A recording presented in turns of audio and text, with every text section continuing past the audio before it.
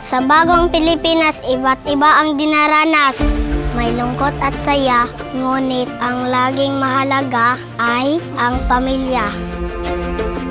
Mao kini ang pamilyang Pilipino. Pwede ba ninyo i-drawing ang inyong pamilya? Oo!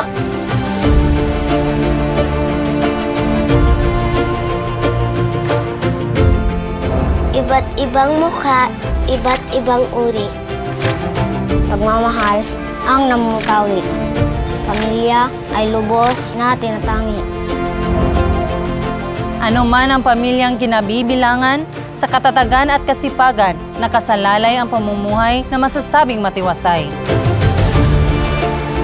Pagsubok at kahirapan. Hindi maiiwasan. Ngunit di alintana ang pait, basta pamilya ang kapit. Modernong pamilya, magkakaiba-iba. Di na nga ang nakasanayan, sa pag-ibig pa rin ay mayaman. Masayang pamilya, sa amin, hatid ay tuwa at pag-asa. Para makamit ang mga pangarap sa mas masaganang hinaharap.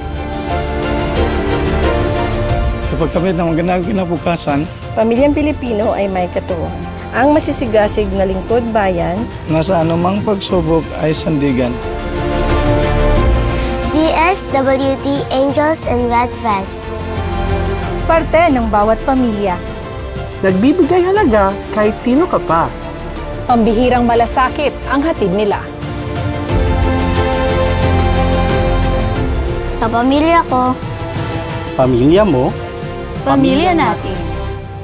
at sa lahat ng pamilyang Pilipino, Dahil sa 74 na taong paglilingkod bayan, Sa mas pinatadag na kagawaran, Kasama ang DSWD-11, patuloy na ihahatid ang maagap na serbisyo at ibibigay ang taos-pusong pagkalinga. Dahil bawat buhay mahalaga sa DSWD.